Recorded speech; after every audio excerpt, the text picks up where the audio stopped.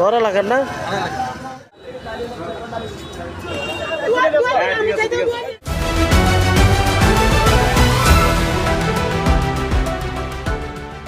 সত্যের সন্ধানে SV news 24 TV. চট্টগ্রামের বোয়ালখালীতে সালিশ বৈঠকে অসুস্থ হয়ে মঞ্জুর খান ৬৫ নামে এক বিএনপি নেতার মৃত্যু হয়েছে। এসভি নিউজ 24 টিভির সাথে আমি আছি নাসরিন সুলতানা। এবার বিস্তারিত সংবাদ। বুধবার ১১ মার্চ সকাল ৯:৩০টার দিকে উপজেলার কানুনগোপাড়া মাছবাজার এলাকায় এ ঘটনা ঘটে।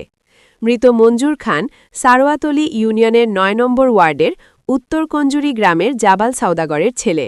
তিনি ওই ওয়ার্ড বিএনপির সাবেক সভাপতি।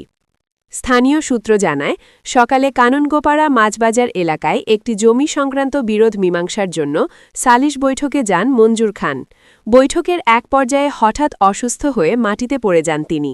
পরে উপস্থিত লোকজন তাকে উদ্ধার করে বোয়ালখালী উপজেলা স্বাস্থ্য কমপ্লেক্সে নিয়ে যান।